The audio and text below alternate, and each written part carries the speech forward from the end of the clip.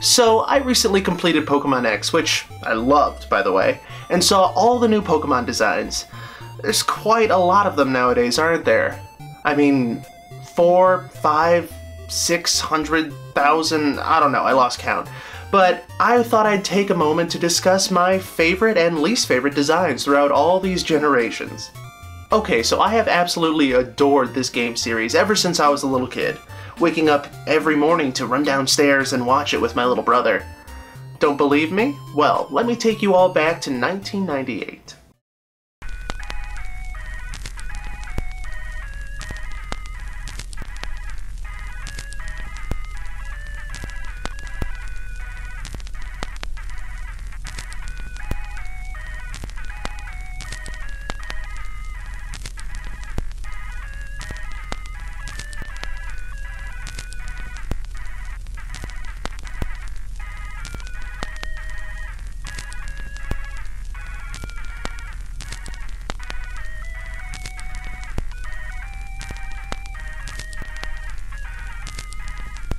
Anyway, let's get started. Top 5 best and worst Pokemon designs, looking through all the generations. Now, what makes a good design, you might be wondering? I happen to be a designer by trade, so I can tell you that a good design effectively and efficiently communicates a message or personality. Now, this list is opinion-based, of course. Your favorite Pokemon are dumb.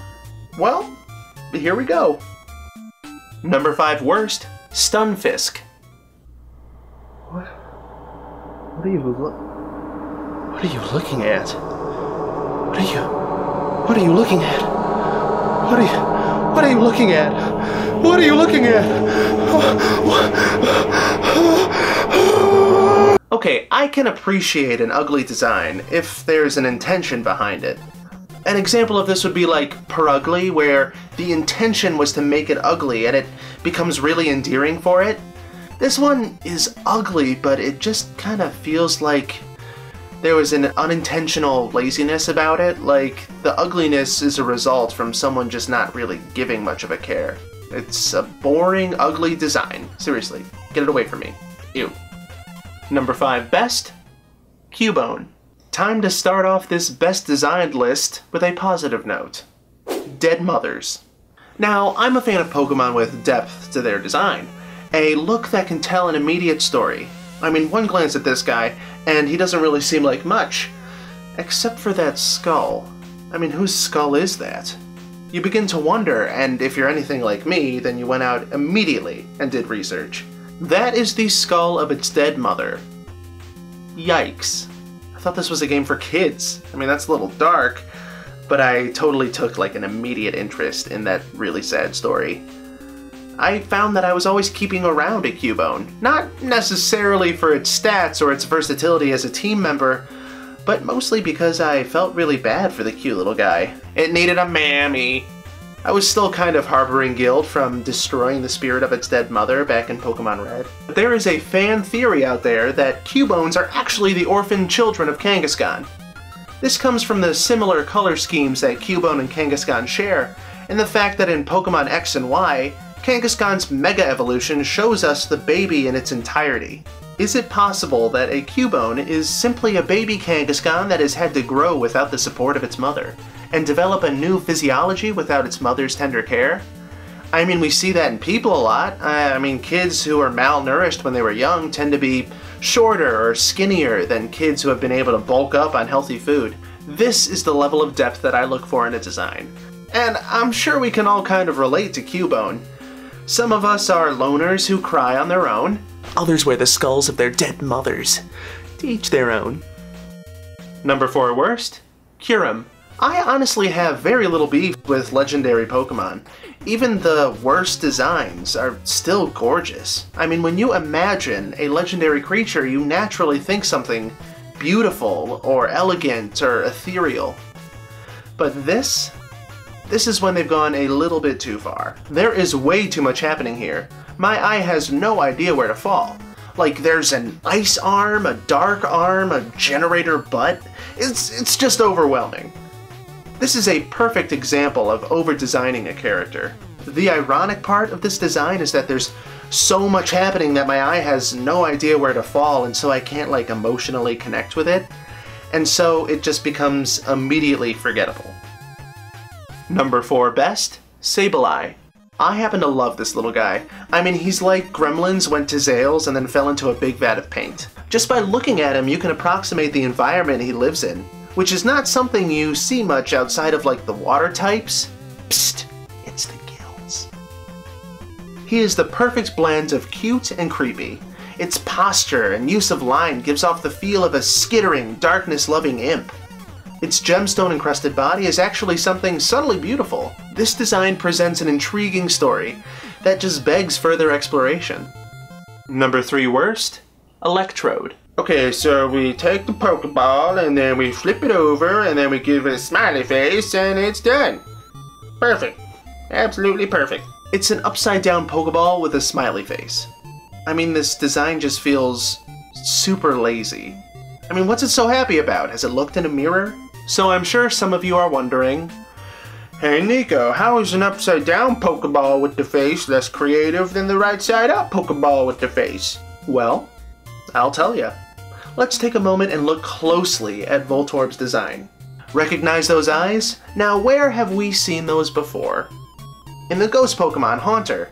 In a world with Pokemon that have such a diversity of eye shapes and sizes and designs, it seems really odd that they would decide to mimic a previous design here. Is it possible that Voltorb is a Pokeball possessed by a Haunter? But yeah, that's why Electrode is far less interesting. I mean, it doesn't even have a fan theory to back it up or create interest behind the design. So why don't you just take your uninteresting self and just go ahead and... Number 3 best, Regigigas. Now, I tried to limit the legendaries on these lists or else they would just dominate the top designs. I mean, even the weaker legendaries are still something to behold. But honestly, I love this guy.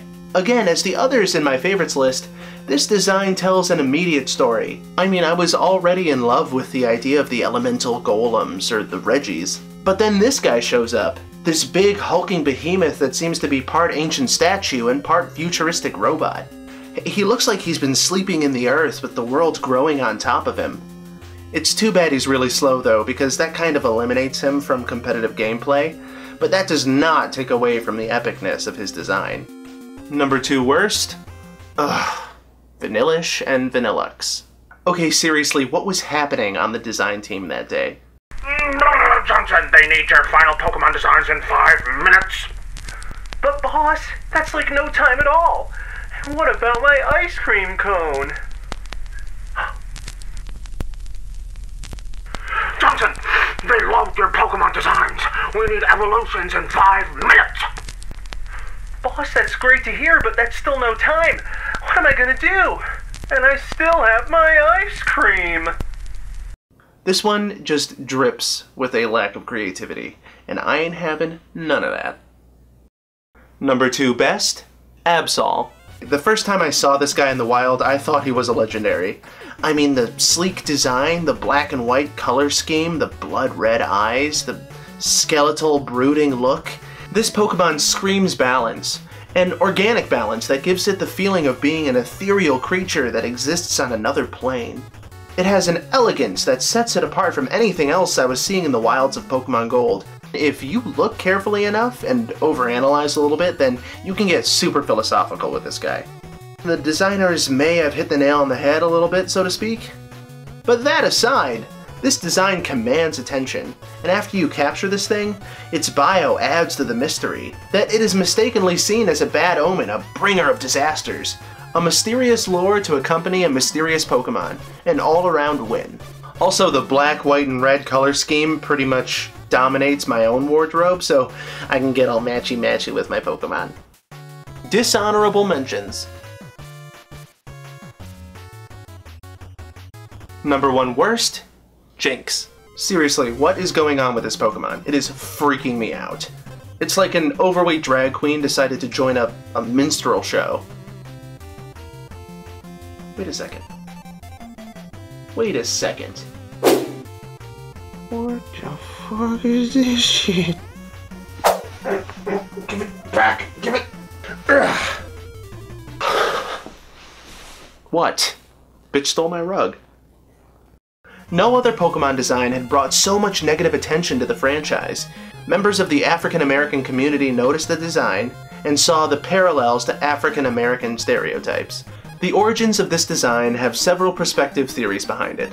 The most popular one being that Jinx is based off of the Ganguro fashion style that developed in the 90s. Again, this is just a popular theory. Personally, I believe that Jinx was based off of the Yamauba, or mountain crone in Japanese folklore, depicted as having white blonde hair, a tattered red kimono, a large prominent mouth, and an interest in entrancing and seducing travelers. Whatever the reason, this design was the one that sparked the biggest public outcry. It had the biggest impact on the early franchise, calling for a redesign of the character, and so that is why it remains the worst Pokemon design in my mind. Honorable mentions.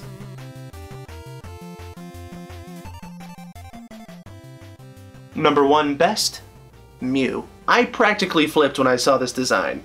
I mean, I was playing Red version before the emergence of walkthroughs, so hearing little bits and pieces about the existence of this guy got me super excited, and so when I finally saw it, I freaked out. This creature was built up big time as the Genesis Pokemon, the first Pokemon that all other creatures had evolved from. Books can be found strewn about the game mentioning its lore, but you can only get it in the first games with a cheat. If you look carefully, you can see the not-so-subtle design choices that adhere to the Genesis concept. I mean, what does it remind you of? It even most commonly appears surrounded in a ball of psychic energy. I personally can really get behind the symbolism of this design. Are you aware that most creatures look pretty much the same during early fetal development? I mean, we all got these big craniums and these tail-like things that all of our limbs sprout off of. So, fittingly, it makes sense that the creature that everything came from would look similar to this communal origin. Ah, I love deep symbolism behind design choices. Good on you, Game Freak. So, that was my list of the top 5 best and top 5 worst Pokemon designs. Were there any that you didn't see that you think I should have put in place of my own? Well, let me know in the comment section. I'm actually really interested to hear your opinions. Honestly, this list was me trying to be objective, but I think we all know who the real title of best Pokemon design goes to.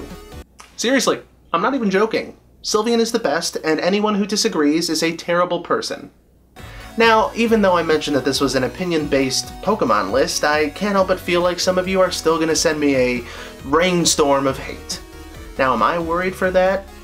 No. Do you know why? Because I've turned my frying pan into a drying pan. Nico, out!